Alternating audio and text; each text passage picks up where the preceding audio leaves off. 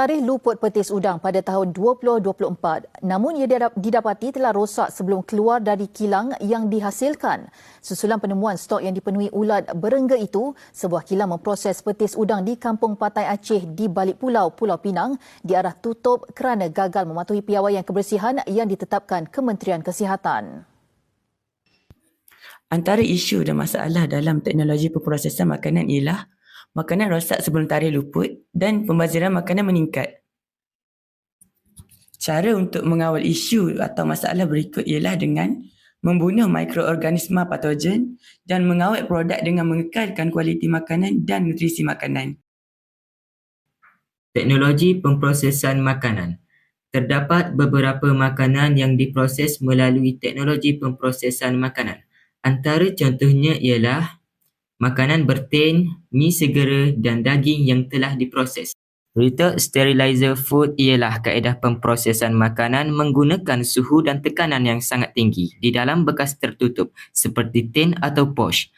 Proses ini bertujuan untuk membunuh bakteria, kulat dan mikroorganisma lain supaya makanan boleh tahan lama tanpa perlu disimpan dalam peti sejuk. Kaedah ini juga membantu mengekalkan keselamatan makanan untuk dimakan. High pressure processing machine ialah mesin yang memproseskan makanan menggunakan tekanan air yang sangat tinggi untuk membunuh bakteria tanpa menggunakan suhu yang tinggi. Kaedah ini membantu mengekalkan rasa, warna dan nutrisi makanan serta memanjangkan jangka hayat makanan. Contoh makanan yang menggunakan kaedah ini adalah jus buah segar, guacamole, daging proses dan sos salad.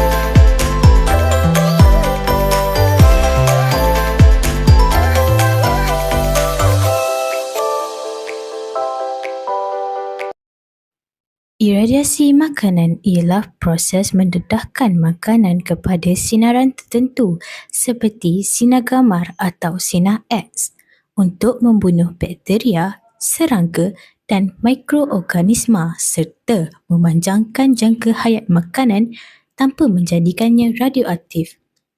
Contoh makanan yang menggunakan iradiasi ialah rempas ratus, bawang dan kentang, buah-buahan segar, daging dan ayam dan bijirin.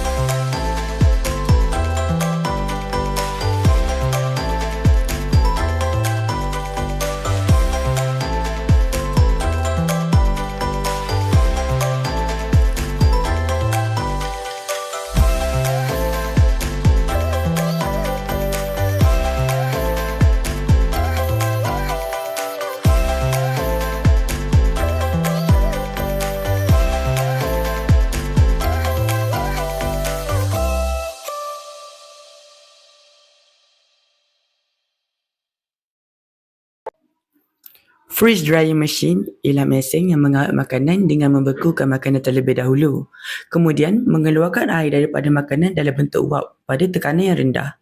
Proses ini membantu makanan tahan lama sambil mengekalkan rasa, warna dan nutrisi. Contoh makanan yang menggunakan kaedah ini ialah kopi segera, strawberry kering, aiskrim kering dan mi segera.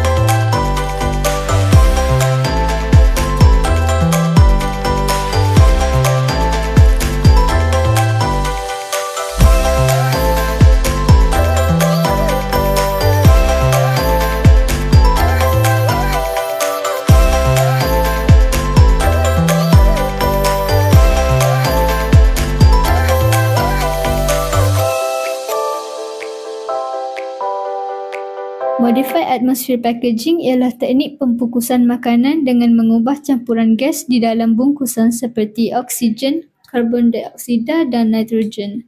Tujuannya ialah menambatkan pertumbuhan bakteria dan mengekalkan kesegaran makanan lebih lama tanpa menjejaskan kualiti makanan. Antara contoh makanan yang menggunakan teknik tersebut ialah daging segar, ayam segar, ikan, salad atau sayur siap potong dan roti dan produk bekeri.